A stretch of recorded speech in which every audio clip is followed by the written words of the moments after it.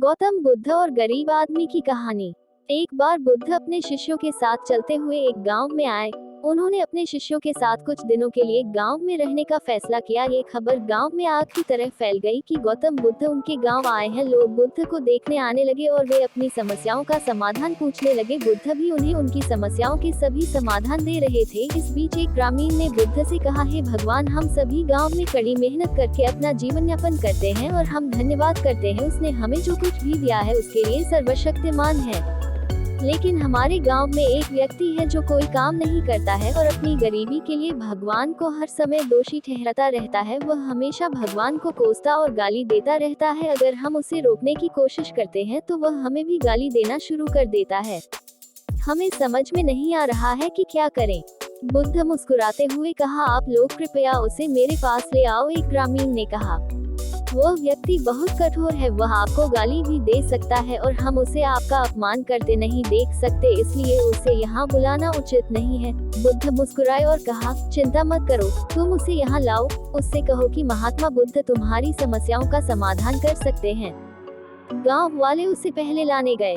उस व्यक्ति ने जाने से इनकार कर दिया और कहने लगा, बुद्ध पाखंडी हैं, वे सभी नकली हैं, मैं किसी के पास नहीं जाऊंगा। लेकिन जब कुछ ग्रामीणों ने उन्हें बताया कि बुद्ध आपकी समस्या का समाधान कर सकते हैं तो वह बुद्ध के पास जाने पर सहमत हुए।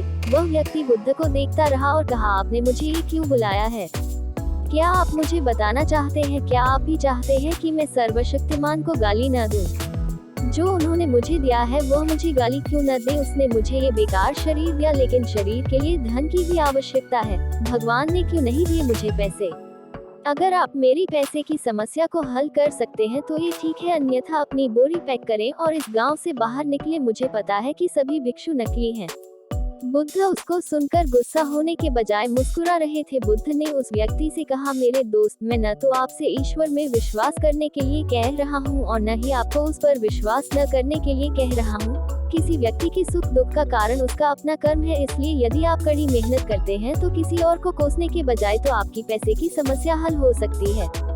बुद्ध की बात सुनकर वह आदमी उग्र हो गया और कहा, मुझे आपके व्याख्यान की आवश्यकता नहीं है, आप मुझे एक पाखंडी की तरह दिखते हैं। मैं यहाँ केवल पैसे की उम्मीद में आया था। मुझे बताओ कि क्या आप मेरी पैसे की समस्या को हल कर सकते हैं, अन्यथा जाओ यहाँ से। बुद्ध ने देखा कि यह व्यक्ति को समझ में नहीं आ रहा है। जैसे इस बुद्ध ने उस व्यक्ति से कहा, देखो दोस्त, मेरे पास पैसे नहीं है और न ही मुझे किसी भी पैसे की जरूरत है, लेकिन हाँ, मैं एक राजा को जानता हूँ, मैं उससे पैसे ले सकता हूँ, लेकिन बदले में आपको उस राजा को भी कुछ देना है। उस आदमी ने कहा कि मैं राजा को क्या दे सकता हूँ, मेरे पास उसे देने के लिए कुछ नहीं है। तो बुद्ध ने कहा, राजा का एक बेटा है जो जन्म से अंधा है। राजा के चिकित्सा सलाहकार ने कहा है कि अगर वे एक जीवित व्यक्ति की आंखें प्राप्त करें तो वे इलाज कर सकते हैं। राजा के बेटे की आंखें जरूरत है। अगर तुम अपनी दोनों आंखें राजा के बेटे को दे दो तो राजा तुम्हें तुम्हारे वजन के बराबर सोने के सिक्के देगा और फिर तुम इनसे अपना जीवन जी सकते हो। बाद में उस व्यक्ति ने क्रोधित होकर कहा कि तुम क्या कह रहे हो, मुझे अपनी आंखें देनी होंगी? मैं अपनी आंखें किसी को क्यों दूं? आदमी ने कहा, हाँ, मुझे पैसे की जरूरत है, लेकिन इसका मतलब यह नहीं है कि मैं पैसे के लिए अपनी आंखें बेचूंगा। अगर मेरे पास आंखें नहीं होंगी तो मैं पैसे का क्या करूंगा? बुद्ध ने कहा, ठीक है, अगर दोनों आंखें नहीं दे सकते तो कम से कम एक दे सकते हो। तुम्हारी एक आंख की भी मैं तुम्हें राजा से तुम्हारे वजन के बराबर सोने के सिक्के दिला सकता हूँ। उस आदमी ने कहा, क्या तुम पागल हो गए हो? मैं सोने के सिक्कों के बदले में अपनी एक आंख भी नहीं दूंगा। मेरी आंखें अनमोल हैं, मैं अपनी कीमती आंख कैसे बेच सकता हूँ? बुद्ध ने कहा, अगर आपको बदले में पैसे चाहिए तो राजा को आपको कुछ देना होगा। वह आदमी ने कहा, मेरी आंखें अनमोल हैं, आप कृपया इस मामले को छोड़ दें, मुझे पैसे की जरूरत नहीं है, मैं किसी भी कीमत पर अपनी आंखें बेचना नहीं चाहता। ये सुनकर बुद्ध ने कहा, मेरे प्यारे दोस्त, अभी कुछ क्षण पहले आप अपने शरीर को बेकार कह रहे थे, लेकिन अब आप कह रहे हैं कि आपकी आंखें कीमती हैं। आपकी आंखें आपके शरीर का एक छोटा सा हिस्सा हैं। अगर आपकी आंखें अनमोल हैं तो आपका शरीर कैसे बेकार हो सकता है? गौतम बुद्ध के इन शब्दों को सुनकर उस व्यक्ति की आंखों में आंसू आ गए और वह गिर गया। बुद्ध के पैर पकड़कर रोने लगे। बुद्ध ने उसे उठा लिया और कहा कि मेरे दोस्त, प्रकृति ने हमें यह अनमोल शरीर दिया है, लेकिन अधिकांश लोग इसे अनदेखा करते हैं और खुद को कोसते रहते हैं। कुछ क्षण पहले आप सोच रहे हैं कि आपका शरीर बेकार है, लेकिन अब आप ये सोच रहे हैं अमूल्य। वास्तव में मनुष्य को जो कुछ भी मुफ्त में मिलता है वह उनकी कीमत नहीं समझता है, इसलिए हमें प्रकृति का आभारी होना चाहिए कि उसने हमें यह अनमोल शरीर दिया है जो सभी जीवित प्राणियों में सबसे अच्छा है।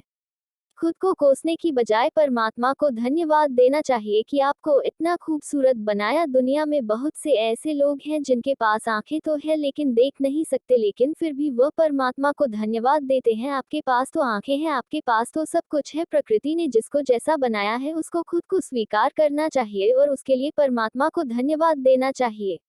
आशा करती हूँ आपको इस कहानी से बहुत कुछ सीखने को मिला होगा। ये कहानी अगर आपको अच्छी लगी हो तो अपने दोस्तों और मित्रों के साथ शेयर करें।